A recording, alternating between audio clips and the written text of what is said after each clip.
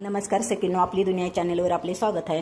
आज आपण भरपूर कॅल्शियमयुक्त आणि प्रोटीनयुक्त अशी चटणी बघणार आहोत। ही चटणी तुम्ही भातासोबत, गरम गरम भातासोबत किंवा भाकरीसोबत तुम्ही ही चटणी खाऊ शकता। खूप पौष्टिक आणि आरोग्यवर्धक अशी चटणी आहे। भरपूर प्रोटीन आणि कॅल्शियमयुक्त ही चटणी आहे। तर ही चटणी कशापासून केली आहे तर याची रेसिपी आपण बघूया। व्हिडिओ शेवटपर्यंत बघा सकिनो, खूप चवीला छान लागते ही चटणी। कढईमध्ये तेल गरम करून घेऊ। 2 चमचे तेल टाकूया। तेल गरम झाले की त्यामध्ये हरभऱ्याची डाळ 2 चमचे मोठे, 1 चमचे उडदाची डाळ, दोन्ही डाळी व्यवस्थित भाजल्या की त्यामध्ये लाल मिरची,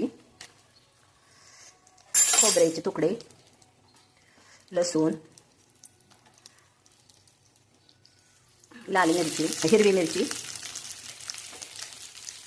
कांदा, थोडीशी चिंच, कोथिंबीर, कढीपत्त्याची पाणी टाकून सगळं व्यवस्थित मिक्स करून घेऊया। त्यानंतर त्यामध्ये शेवग्याचे पाणी पण सर्व साहित्य व्यवस्थित तेलामध्ये परतून घेऊ। चांगले 4 ते 5 मिनिटं व्यवस्थित परतून घेऊ। सर्व साहित्य व्यवस्थित भाजलेले आहे। आता आपण गॅस बंद करून त्याला थंड होऊ देऊ।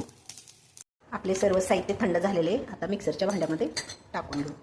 सर्व साहित्य मिक्सरच्या भांड्यात टाकलेले आहे। आता आपण चवीनुसार मीठ टाकून बारीक करून घेऊ। आपली चटणी बारीक झालेली आहे। आता आपण एका वाटीमध्ये काढून घेऊ।